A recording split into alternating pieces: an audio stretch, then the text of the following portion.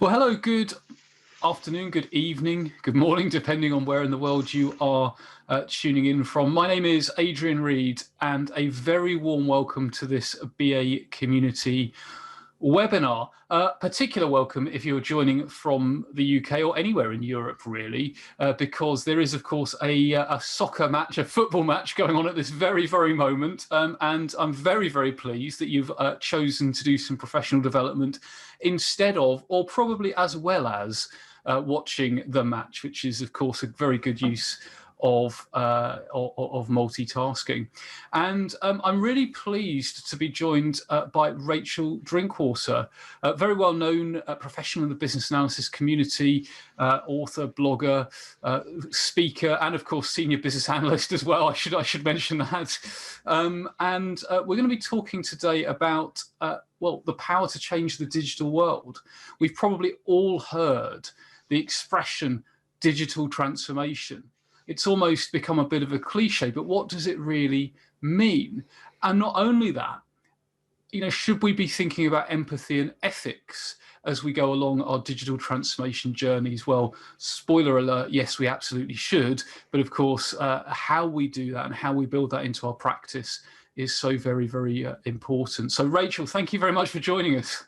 Thank you for having me this evening, and good morning, good afternoon, and good evening, wherever you might be in the world. And thank you for joining us in addition to the football. In addition to the football, indeed. So for those of you that are tuning in live, do remember you can, of course, ask questions as we go along. So do feel free to put stuff in the Q&A panel. I'm also going to put a mural link in the chat. So if you are watching this live, let me just find the chat.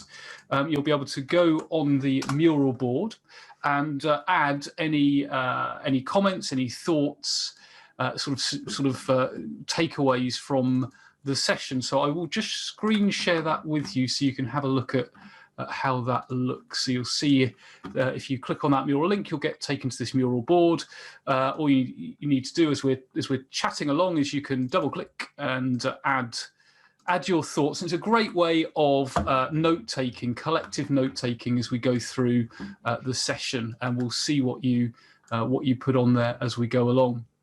So, Rachel, I suppose we should start at the very beginning from basic principles. And I mentioned a term in opening there, digital transformation.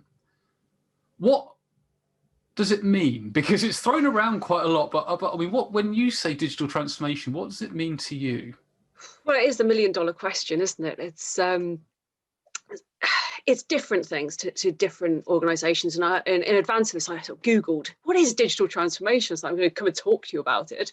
And we use this phrase all the time. Companies are always on their digital transformations, but society as a whole is also on its own digital transformation. So I dug out a few definitions to see what the people out there in the world seem to think digital transformation is. So McKinsey say they've broken it down into 3 attributes: creating values at the new frontiers of the business world, creating value in the processes that execute a vision of customer experiences, and building foundational capabilities that support the entire structure.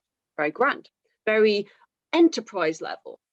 But then Cognizant talking about social media, analytics, consumerization of IT, and SEO, and all of this sort of the more social elements, the sort of customer-facing, consumer-facing side of things.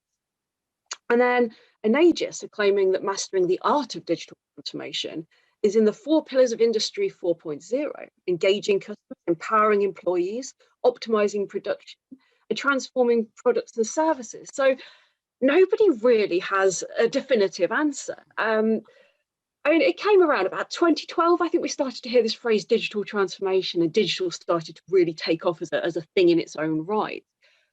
And I've seen some people that say it's the same as what we've always done. In IT, we've always taken a paper-based process or a manual process, and we've digitized it and we've turned it into a technological process. And I think there is an element of truth to that. It is what we've always done, but it's a little bit different. I think it's more complex now. So when I started out in working in IT in the early 2000s, IT was very much about infrastructure. It was about staff-facing systems. It was about taking paper-based systems where somebody walked across a room with a piece of paper and put it in a file, and making that somehow digitized. It was about creating Access and Excel solutions. And then a little bit later, it was about going back and realizing that would have been a terrible idea and replacing the Access and Excel solutions. I'm glad it's not just me that remembers that the computing boom, and then the realization, oh, hang on a minute, we've got some tacit risk now with all the data being on desktops and stuff.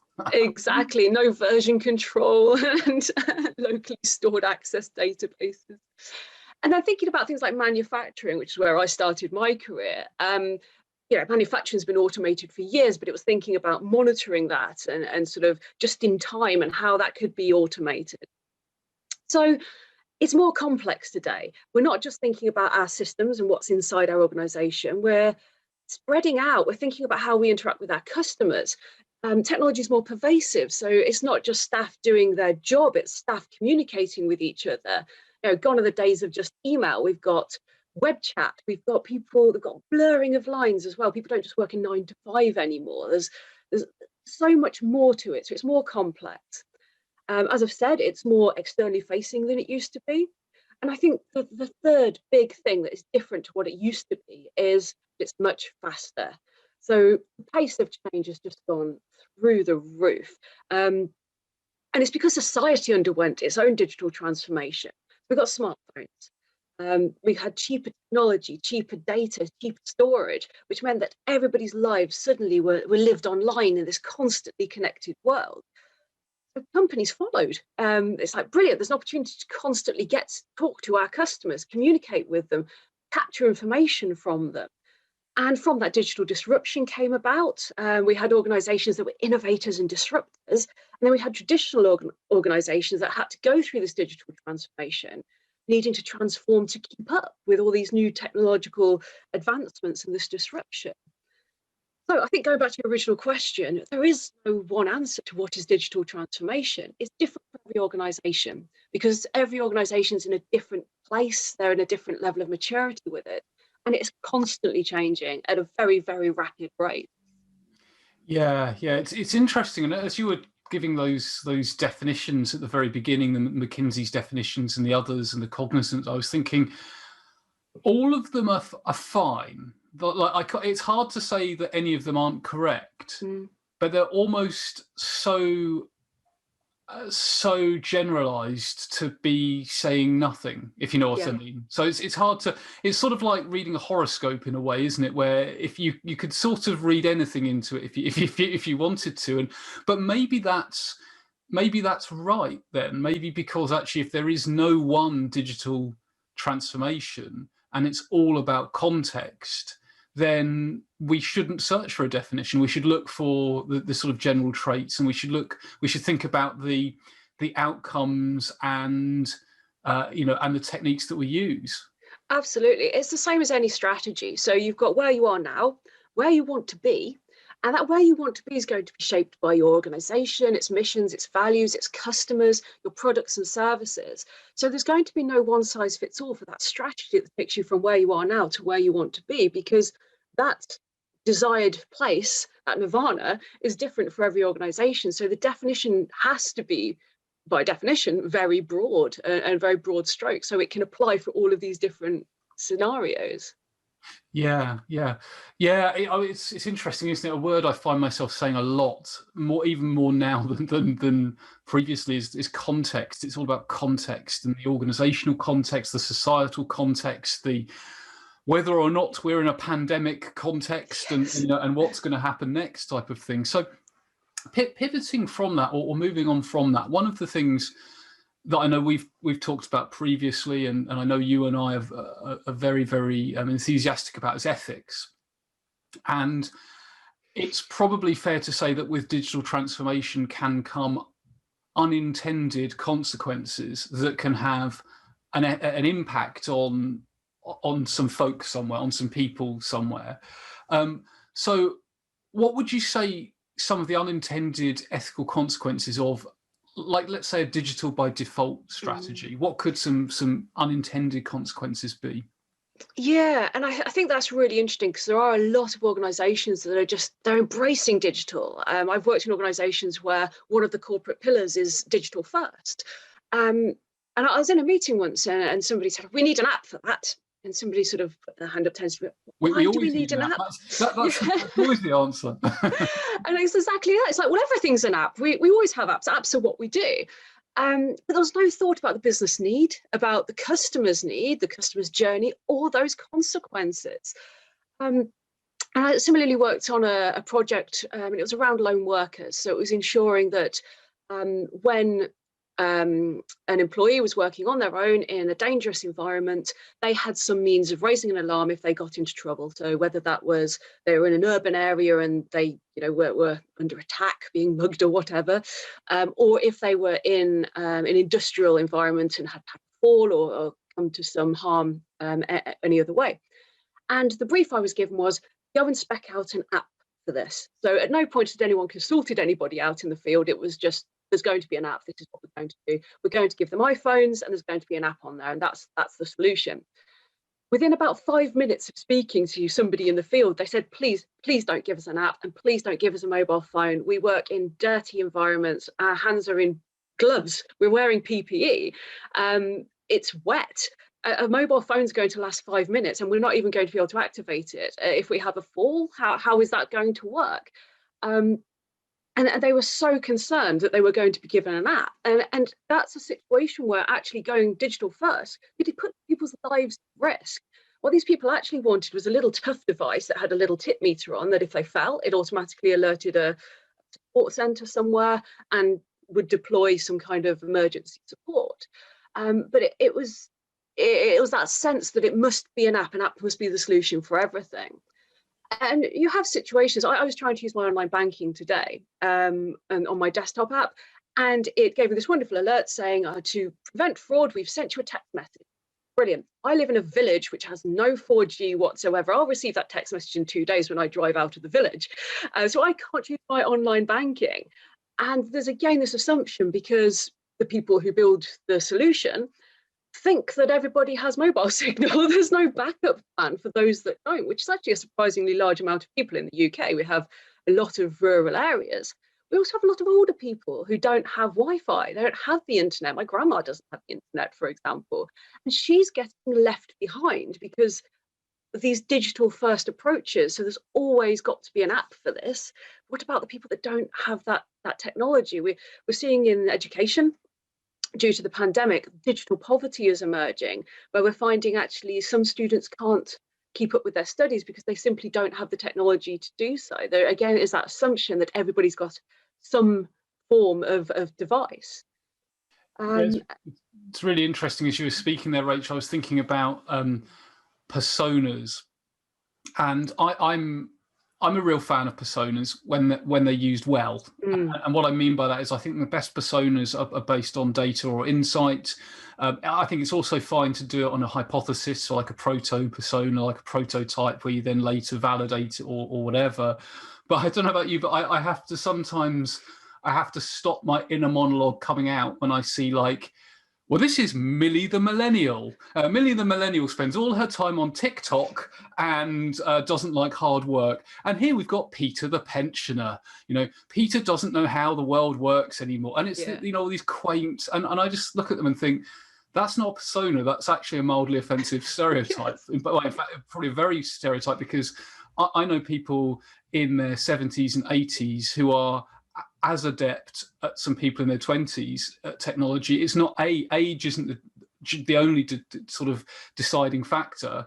And I do think that sometimes it's interesting, isn't it? As you said, because I was thinking about like the mobile phone reception, for example, there are all these other things that you don't see on a persona. You don't think, well, it sort of overlays it, doesn't it? Any one of those personas could live in a place with no mobile phone connection, and then they can't get their two-factor authentication or whatever. So. Absolutely, yeah. I mean, we have young people in the village who have the same problem. They could not play Pokemon when that came out. It was very distressing for them. Yeah, because as soon as you roamed away from your house, there was just no 4G in the village. I understand there was a really good gym as well down at the station, but nobody could actually take it because nobody had the signal. isn't it? But, so yeah, absolutely. And I think personas, it almost feels like we've gone back to the old sort of Experian mosaic, sort of those marketing categories. Yet technology has in some ways been a great leveler, because actually people can occupy spaces that might have once been the remit of younger generations. So but what we might mean by that is, my dad could have gone and found some really young music that he wouldn't have had exposure to, because he wouldn't have gone to a club that played that music, for example. It would have initially been the remit of 18, 19, 20-year-olds. But because you can find it on the internet, you don't have to go to a physical place. It's a great leveler. So, but that also means you can't necessarily categorize people by the music they listen to anymore, or the newspapers they read, because everything's accessible to everybody online. Yeah, that's a really interesting point. Absolutely, that sort of leveling, reducing the barriers, providing people have got that access in the first place. Absolutely. So we've talked about that sort of unintended ethical consequences. So what about empathy? Because I suppose empathy is closely coupled to ethical. They bear a sort of family resemblance to each other. So what role would you say empathy plays? And I suppose a follow-up to that, what can we do as BAs to empathize with service users?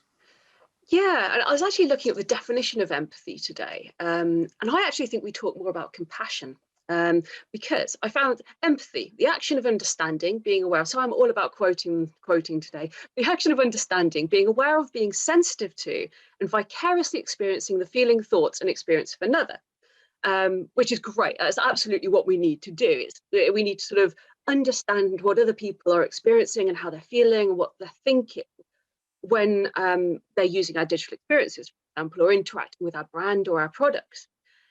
But later I found the compassion definition, which is understanding another's pain and the desire to somehow mitigate that pain. And I thought that was super interesting, because empathy almost stops at this point where you just understand it, but what to do with it, that's where the compassion comes into it. But we refer to empathy because it's that first stage of design thinking, of course. It's sort of the known terminology. And I think, so the importance, there are a number of reasons it's important. Firstly, it allows us to understand things from a viewpoint that's not our own.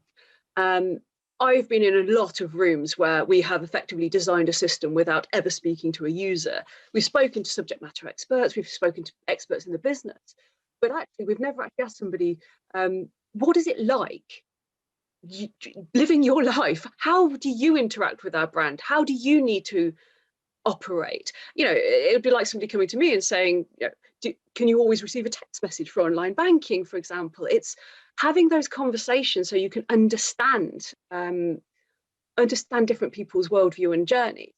And because no matter how hard we try, if we do this from our perspective, we will always have our own biases, our own history, our own values, attitudes, and beliefs getting into the mix. And the second thing is we can use it practically. So in customer journey mapping, we can use that empathy at each stage to understand how our customers are feeling. And then we sort of look for the sad faces.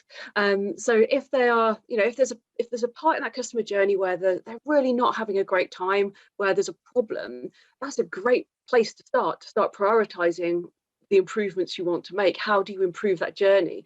So it really helps to sort of maximize effort and resource, because you can really focus on those areas. Something that I sort of thought today, that you hear that phrase, what it's like to walk a mile, don't never judge a person until you've walked a mile in their shoes. And I often think, well, actually, if you put their shoes on, you're sort of judging it with your own bias. Actually, those shoes might fit you better than they did them. Surely it's much better to ask them how they feel when they're in those shoes and let them show you their business. Gross, but yeah. Well, they're pain points, and it's interesting, isn't it? Because that sort of analogy of asking them how it feels, asking them which points of the process or the journey are painful is so powerful. And I don't know if you've found this, Rachel, but I found part of that can be that actually you've got that situation where perhaps, like, it's about information. like actually they've got an information need that isn't being met, and that causes anxiety. So I mean, a really crazy example, but I had to have some plumbing work done in the house, and found a very good plumber. But I just got that nervousness that, like, is he going to come the day before? Is he actually going to come? And so I texted him, and he said, "Oh yeah, of course. Of course I know." Like, because he was actually a very good plumber, he knew, right? But I just thought, like, if he just texted to say, "I'm," just like, still on, all the parts of arrived, type of thing. So perhaps it's about preempting those areas of information needs, like almost preempting customer needs, so the customer doesn't have to think, in a way, if that makes any sense. Yeah, absolutely. And it's hard to do if you're just doing it from your viewpoint. It's so difficult. And when you do speak to customers, it's always amazing. It's like the old BA technique of observation. The moment you go and watch somebody doing their day job, it's amazing the little things that come out. And they'll be like, "Oh yeah, I just had to click over here and then drag this over here and move this over here and write this down here and then copy it onto this thing." And it's like, wow, okay, you didn't tell me about that, and I didn't know that happened. Nobody knew it happened because it was an informal bit of process. But as soon as you start digging into what actually happens, you uncover so many little things that are pain points, and they maybe don't even realize they're pain points themselves. But it just gives you, like you say, that little bit of anxiety, or that slightly more negative experience. Yeah, absolutely. So understanding and observation, and really, really empathizing. So I suppose moving on to a slightly broader topic of ethics, and we hear a lot about nudges, and you hear about organizations trying to nudge us in a certain direction, and I know, so if this is for our benefit, that might be good. I mean, a classic example that's often cited is, rather than getting someone to choose which pension fund to invest in, give them a sensible default and let them change it. So so rather than having to take months to make a decision, they get a sensible default and then they can change it or whatever. So that might be an example of arguably a good nudge. But there's a fine line between a nudge and manipulation, in a way, isn't there? Absolutely. And I wondered where you think that line's drawn, and is it for us as BAs to get involved in defining that line? Because we might be designing a website that is designed to maximize conversion, and there might be some tricks and nudges that are put in with that. So what's your take on that ethical dilemma? Absolutely. And I think there's a whole range, and it's nothing new. So a lot of the techniques that are used to capture attention, I'm going to talk a little bit about attention in a moment, but a lot of the techniques that are used are the same psychological techniques that have been used in marketing and advertising for years and years and years and years. The difference is that we are constantly exposed to it now. We've got push notifications on our phone. You can't do anything on a screen without some advertising popping up. And this sort of sense of community, I'm trying to think of the word, like audience participation, if you like, content creators. Everybody's creating content. Everybody's selling something now. I say everybody, but a vast proportion of people are putting content on the internet. So there is a huge dearth or a huge influx of information and a dearth of attention. We've only got a finite amount of attention that's constantly being split between all of these things. And there's a great book actually by Beck and Davenport about the attention economy. And it very much talks about this, that actually attention is one of the scarcest resources these days. And it's because everybody's trying to get a little bit of that attention pie. They're trying to get conversions to sales, or to sell their services, or to get likes, or to get shares, because attention converts to money now. So it makes commercial sense to do a little bit of nudging, to use some of these great marketing techniques to capture a bit of that attention pie. Problem is when it becomes harmful. So at the very extreme end, we've all read reports about state actors influencing political decisions, influencing quite large decision making. We've got organizations that do the same, so can push people towards a product that they particularly want people to buy, but not necessarily the best product for an individual. But then on a micro level, all of these little nudges, all of this stuff demanding your attention. It's not just continuous partial attention, this state we're in where we're just flitting around, just constantly looking at different things. So many studies have shown that this really causes a lot of stress, and there's a term called technostress, which was coined, I think it was in the late 90s. So as early as the 90s, this was starting to be a problem, this overstimulus. But divided attention has been known to be a real stressor. And in many of the studies, the fact you're switching off from one task, switching on for another, you never get into that deep level of thinking, that cognitive place. And that's having some neurological effects. And Baroness Susan Greenfield, another great book, which I have a copy of, just disappearing, Mind Change. Brilliant book on this. So it's all about how technology is affecting the way our minds work, and how our brains rewire to this continuous partial attention. So we always wire ourselves for this more stressed kind of state. So that's sort of one part of it. Then on the other, we've got these techniques like fear of missing out, and these curated lives we see on platforms like Instagram and Facebook, even people that are not sort of the so-called influencers. You know, you and I, when we post pictures of our holidays or our Saturday night or whatever we're doing, we're posting the best possible versions of ourselves.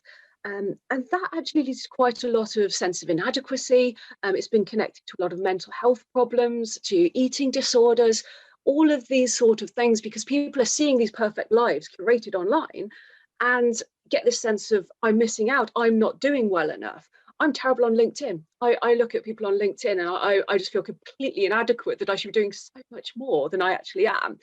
But of course, people are just showing their very best stuff on there. So yeah, there's some huge problems with that. And it's sort of been very much linked to young people. And the reason being is they're generally on more social media platforms, they have more exposure to this, but it happens to everybody across all walks of life. It's, again, not an age-related thing. Everybody's in these environments. So should business analysts get involved? Yes, if we've got the opportunity to. If we're designing and analysing these digital platforms, we are so well placed to be asking these questions. Should we be doing this to our customer? Should we be doing this to our customer at this particular point of the journey? And something I've been looking at is what I call the EPC model, which EPC stands for enhance, protect, or capitalize. And at each stage of the customer journey, you consider the state of mind, the emotions, the feelings. You use that empathy to really think about the customer. And is that a good time to be throwing a bit of FOMO at them or nudging them? Or actually, is that a good time to just leave them be and let them get on with whatever they're doing at that point of the journey? To reduce that techno stress, to reduce that flitting about of attention and help them meet their objectives, which ultimately should help you meet your objectives. As regards the line, there's a lot of regulation starting to emerge about this, and that really, really helps us as business analysts. We don't just have to be that sort of challenging negative voice in the room, which I've certainly found sometimes when I've sort of said that I don't think we should be doing this at this point. People don't want always to hear that negative message. But regulation is great because it's actually something to really pin on. So there's a lot of pressure at the moment on big tech companies. There's a lot of pressure groups. There's the open rights movement, for example, looking at specifically data and how that's used. And just recently, the GDPR legislation has been expanded around interfaces for under 18s. So a lot more restriction about what you can do with an interface that's child-facing, essentially. Yeah, it's interesting, isn't it? And I think I liked what you said there about regulation actually helping, because I think sometimes, you know, regulation is seen as almost the business prevention department, isn't it? It's sort of no one really wants it, but actually, you know, one thing I thought was really interesting. I'm sure you know, you may have been, or a lot of people listening will have been involved in GDPR or data protection projects, and actually, you know, I found myself asking questions with organizations like, well, actually, why are we storing this data? You know, like, because just because somebody wants to is not a good reason, and probably never was. So as you say, Rachel, it sort of creates the impetus for us to ask the questions and have those discussions. Perhaps if, like, for example, giving information that's correct to help someone make a decision is probably ethical, but giving information that is not true or is partial to try and get someone to complete a sale is probably not ethical, and we should challenge it. So, I don't know, when you're on a ticketing website or whatever and it says last seat remaining, this might have been something we've talked about before, but it's, that's if it genuinely is the last seat, then that's probably quite useful. If it isn't, then that's probably not so ethical, type of thing. Absolutely. And you see that all the time on clothing websites, which I frequent far too often during the pandemic. But yeah, quite often it'd be like, only 2 left. And then you go back the next day, it's like, only 5 left. It's like, okay. And what they're doing there, of course, is sort of hijacking your amygdala, because it's putting that time pressure on you, and it's using those psychological techniques to make you think you have to buy. And of course, when those parts of the brain are activated, your rational parts of the brain are inhibited. So you're much less able to make a sensible, informed, rational decision. You're up into that heightened state of stress again, and much more likely to just make an instinctive decision. Yeah, well, it's kind of interesting. I mean, do you think? I wonder whether some of the we're varying a little bit from the topic at hand, but I wonder whether some of those techniques are actually starting to become less effective, because like the sort of clickbaity type headlines, for example, the ones, the sort of such and such and such and such, you won't believe number 7 or whatever. Like, I just see, if I see that now, I don't even bother, because I know there's going to be no content. It's going to be lots of trying to get me to click on ads. And so I wonder whether actually organizations that try and engage in that kind of nudge, that kind of sort of unethical nudge, if we want to call it that, are actually backfiring because people recognize it. I think people are becoming more aware. And I think it's similar to cybersecurity, the sort of threat actors are having to evolve their techniques, because people are just becoming so much more aware that they're being manipulated. Yeah. I think in the early days of the internet, there was a lot of that sense of, it was that legacy attitude, I think, of, when we used to have newspapers, but it's in print, it must be true, or it's in a book, it must be true. The internet was sort of the new version of this. So there was an awful lot of, it's in print, there's some verification there, it must be true, they must have gone through some peer review or something, whatever happens.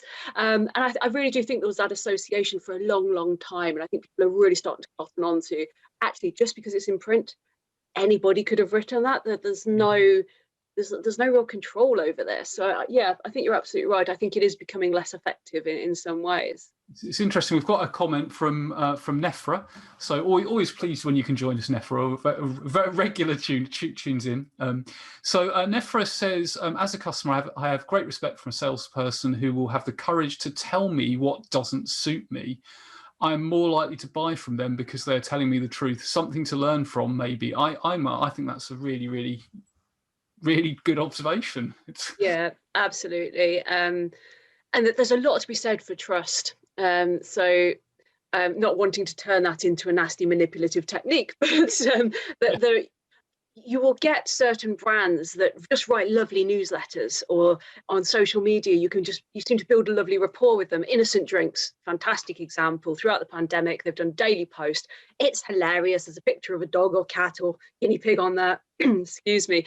And you start to build an affinity, a trust with them. And absolutely, something like that. I'm the same. If somebody said to me, no, you really don't want to buy that hat, that looks awful on you, try over here, or not even trying to cross-sell, you immediately get that connection with them. It's like, I can trust you, you're telling me the truth, you're like a friend. So it is an excellent sales technique, and I like to think there is an authenticity behind it as well. And I think that's a big secret as well, is be authentic. And again, we are sort of veering away from the subject a little bit, but in marketing and sales, authenticity is so important. Yeah, it is. I was having this conversation with someone recently, well, a few people recently, and I think it's really true, isn't it? And I think one thing the pandemic has taught me is actually you can let, I know we sort of, we all wear a bit of a mask, but you can let it drop. and and the pandemic, well, we've all seen in each other's houses now, and we've seen each other wearing stuff like I'm not wearing a tie and stuff. So maybe that's one positive thing out of a very bad global situation. So moving on to a slightly different topic. So thinking about digital, thinking about ethics, and what we might call a misuse case, because of course sometimes, unfortunately, technology is misused. And I just wondered what your take on that was. Can you give an example of that and what could be done to prevent it? Yeah, and I can give a really horrible example, actually, so I'll sort of edit it down to make it more palatable. But the first thing to say is hindsight is 2020. So it's all well and easy to go, oh, this was a terrible scenario and it could have been solved with X, Y, and Z. So I'm going to talk about Zoom, the hero of the pandemic. Obviously a very small company, quite in a state of immaturity, and sort of were forced really to just expand and grow and really rapidly develop their product. So I was on a Zoom quiz during pandemic version, the lockdown version 1, back in the old days when we were only allowed out for an hour at a time for exercise, the really tough times. And there's a gentleman that does quizzes in Leamington Spa, quite local to me, and he switched to Zoom, and he was sort of needing to dive to sort of to flip his business and just find a way of making money and digitizing. So he was going through a very rapid digital transformation himself, just finding a way to deliver digitally. So he did the Zoom quiz and it was wonderful. So we had, I don't know, 80 different households on their little squares, and you could see everyone in their houses with their drinks, and it was just wonderful. It was a really nice social bonding, and audio was turned on. Everyone could speak up if they wanted to. And it went great for about 3 weeks. On week 3, we were Zoom bombed. And what happened? Yeah, it was pretty awful. Somebody accessed the quiz. They shared their screen with a video, which had the audio switched on. It was one of the most disturbing things that I had seen, and most of the people in our quiz team. It was just terrible. And I mean, the causes of it. I mean, firstly, it was a little bit of user naivety, circumventing the security protocols. So they'd shared the credentials on Facebook. We've later found that it's very, very easy to write a bit of script that just goes and harvests creds off Facebook and automatically logs into Zoom. So that's the first thing. Limited security features. They were growing. They were forced into this rapid product development. So they were on the back foot. So they were developing security very, very fast, but also criminal minds. We have these strange people that just want to cause chaos. And when it happened, when we sort of recovered a little bit and we were able to sort of talk about it, everyone was saying, who would do something like this? Why? Why on earth? It was just a state of shock, it's lack of comprehension. We couldn't understand the mind behind this sort of activity. And that's part of the problem, is when you're trying to preempt these misuse cases, and sometimes you have to put yourself in quite a dark place to do it. So what could have been done? They could have put some user warning out, some training, more information about the security protocols. These things had happened before on other platforms, though obviously a lot less publicized because it was less widespread, and it was I guess it was sort of less noticeable because we weren't in the pandemic. So learning from those previous experiences and warning people. And again, exploring those extreme misuse cases. But it's so difficult if you're a decent person to get into the mindset of somebody who might do something like that. And I've had that before. I've been having these conversations when we've been developing digital products, and people say, nobody would ever use it for that. People don't do things like that. And then you Google it and people do things like that. And it's horrible and it's unpleasant. But that's how you protect your users, by trying to think how people might use it for quite evil things. Yeah. Absolutely. It is interesting, isn't it? Having to almost get in the mindset of a hacker.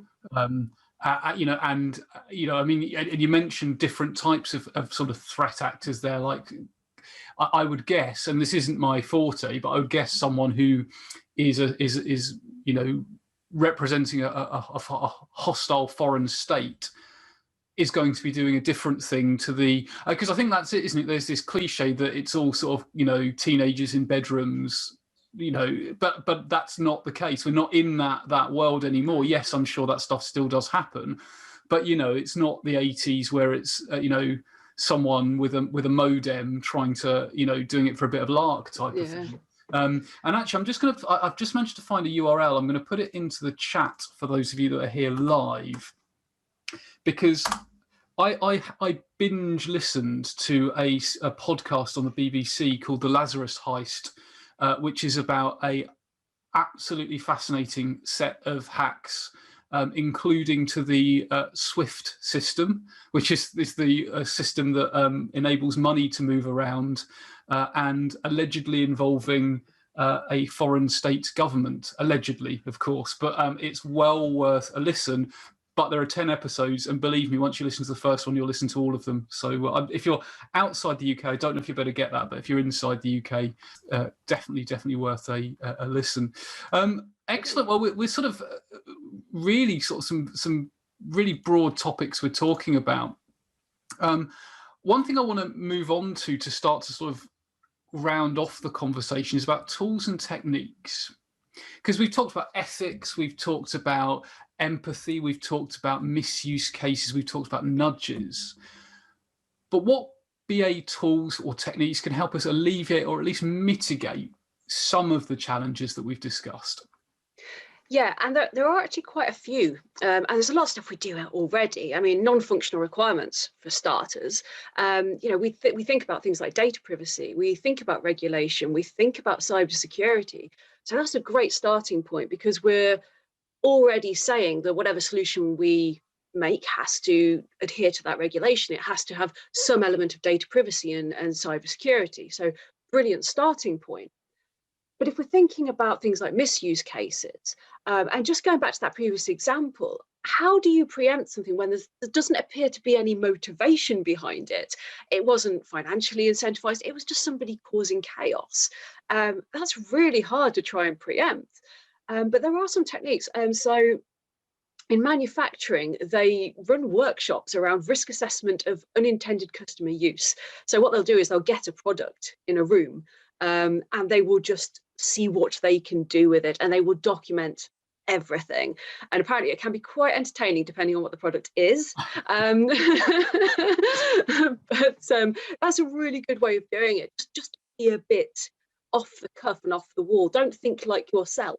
And again, it's almost flipping those personas and trying to think, when we were saying about if you're thinking about something from your user or customer's perspective rather than using your own filters, it's going the other way and thinking about it from the perspective of somebody who wouldn't want to use it, or in the way you wouldn't want to use it. Customer and user journey mapping, brilliant technique for documenting this and sort of sharing that information. So you want to be documenting your as is and finding out those spots where our users are not having the best time of it, or our customers are not having the best interaction with our digital experiences. Our happy paths, what do we really want it to look like? Those unhappy paths, so starting to go into that slightly darker space. And also those edge cases. And I know you, Adrian, are not fond of that terminology either. But I think you wrote quite beautifully, who wants to be called an edge case? But it's those people that fall outside your middle ground, those other users that may have accessibility requirements, or have no signal, or may just have different requirements from your sort of 80%, if you like.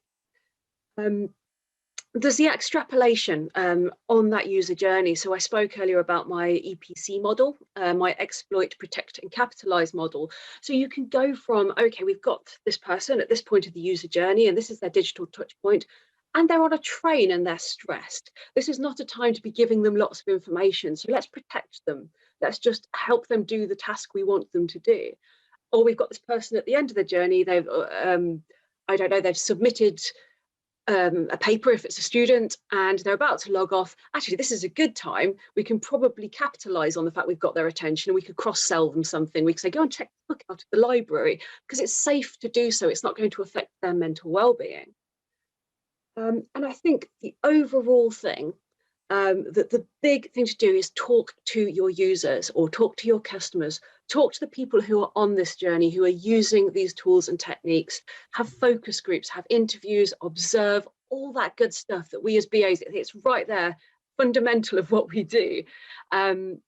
That's probably the biggest tool and technique under our belt. Yeah, and again, it comes back to something you said earlier about observation, about understanding, about not even walking a mile in their shoes, but actually asking them what it feels like for them to walk a mile or however many miles in their shoes, and to gain the empathy from those different perspectives and those different worldviews. Excellent. So, Rachel, I mean, we've covered an awful lot of ground there. I mean, just before we sort of conclude, what would your biggest takeaway or your biggest piece of advice be for the stuff we've been talking about so far today? So I think if you want to develop ethical and customer-centric tools and digital experiences, it's constantly check in with your users, constantly think about things from their perspective, talk to them, get as many viewpoints as possible, and try not to dismiss things as, oh, people would never think that or people would never do that, because although you might not, you never know who's out there and how they're thinking until you go and find out. Yeah, absolutely. And it is really easy, isn't it, to fall into that trap of building for us rather than building for people who are actually going to use the end, who are actually going to use the end solution, the end service, and so actually understanding how they actually interact, how they want to interact, so very, very important.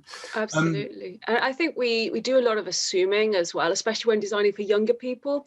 So we assume they want everything digitally, and it really isn't the case. Working with students, quite often they don't want e-books, they want a physical book. They like learning from books, and there's a whole load of neuroscience about why that's a thing. But we can make a lot of assumptions about a group that we don't belong to. Yeah, absolutely.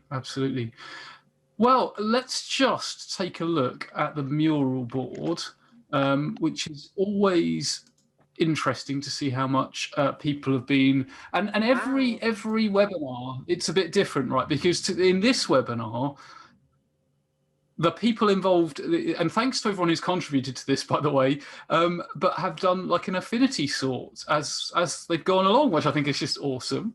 So we've got stuff about ethics. So orgs might push towards a product that's not them, continuous partial attention. We've got whole stuff about what is digital transformation, empathy, misuse cases. It's always interesting to see what particularly sticks out and people particularly take. So this will be available as a PDF after the session as well. So I'll post this on LinkedIn, but do feel free, if you're watching this live, to continue adding your notes. Also, there's a few links on there that you can click on if you're watching live to get access to BA Digest magazine and to register for Serendipity, which is a free half-day festival. But I'll tell you a little bit more about that in a moment. I mean, fantastic. So, Rachel, I mean, all that's really left for me to say is thank you, because that's a really, really interesting, and I think we can see from the number of sticky notes that it's something that's really, really resonated. So my final question for you is, how can people, I'm sure people want to follow you, stay in touch, find out more about what you do. How's the best way for people to connect with you? Yeah, so firstly, that was amazing seeing that mural board. Thank you so much, everyone, for engaging so much. That's wonderful. Follow me on LinkedIn. I'm Rachel Drinkwater. I think, well, there's probably a few others, but I'm the OG Rachel Drinkwater. It's just / Rachel Drinkwater. I'm on Twitter at RE Drinkwater. I know Adrian's going to tell you about Serendipity. I'm going to be on a panel, so we're going to be discussing a lot more around this at Serendipity. I'm also doing a more detailed presentation around more of the neuroscience and how we're affected by our time online at the Business Analysis Conference this year as well. So if you're heading to that, although I believe I'm in competition with Adrian, I think we've got clash sessions, so it's a tough choice. I'd choose Adrian personally, but Rachel, honestly, I don't know. But I mean, that's the good thing; they'll be recorded, so people can actually watch both this year in the BA Conference Europe. So yeah, which is brilliant. And I've just put your LinkedIn address in the chat for people who are watching live as well. So, well, thank you very much, Rachel. I'm sure we'll talk again soon, as we always do, and well, at Serendipity and so on. So that's a good opportunity for me to talk about Serendipity. You'll notice the light box has been in the background throughout, and this is the 15th of July Serendipity Festival. Now, Serendipity is a half day. Well, it started as a half day, though the schedule's actually 7 hours now I look at it, because we had so many speakers submit. And even then we couldn't say yes to everyone. But what's different about it is it's built around the premise that some of the most interesting parts of conferences are the conversations that happen in the breaks. So you're spurred on by you're seeing an excellent speaker such as Rachel, or one of the 30 plus others that we have, and then you talk about it, and then you chat more with the speaker. So Serendipity has 30 plus speakers, but it also has lots of space for networking and discussion. It is entirely online, and it's also completely free. Which is hopefully removes the barrier, or one of the barriers, to attending. It's 15th of July. It's from 3 p.m. UK time. That's 10 a.m. Eastern time for those of you across the pond. And I hope you'll be able to make it. We've got over 600 people registered already. So do take a look, and do tell your friends as well, because it'd be great to get more people in there. There are a few other events coming up as well. On the 1st of July, a webinar with Laura Brandenburg, who I'm sure many of you will be familiar with. She's done a lot in the business analysis and particularly the sort of career space. So I'm talking to her about building a business analysis career path. And then on the 12th of July, I'm speaking to Lynn Gervin and Will Izzard about achieving business agility. So 2 really, really good sessions to tune into there. So do click through, register for all 3 of those, or the ones that you want to attend, and hopefully see you there. One thing to mention about Serendipity, just before I do close, is Serendipity is fully live. So to experience it, you've got to be there. So the recordings won't be generally available. We might drip feed them out potentially afterwards, but the whole idea is to get a buzz, to get people there together. So if you are thinking about, do I, don't I, if you can, definitely do. It's going to be a big experiment, but a fun one. And then finally, you'll notice on the mural board there is a link to BA Digest. The Q3 edition of BA Digest, which is a PDF magazine, is coming out on the 5th of July, including an article from you, Rachel. Yeah. So I put the sign up for that as well in the chat. So that really is everything. So thank you to everyone who has attended live, or indeed if you're watching the recording. That's completely understandable, given there's a big sporting event on at this time. I didn't know that. I didn't know that when I was scheduling it. And Rachel, thank you so much for taking time out. It's been really, really good to speak to you. And yeah, I'm sure we'll speak again soon. Yeah, thank you so much, and thank you everybody for coming along and listening and participating with this wonderful mural board. Thank you. Thanks everyone. Thanks Rachel. Bye. Take care. Bye.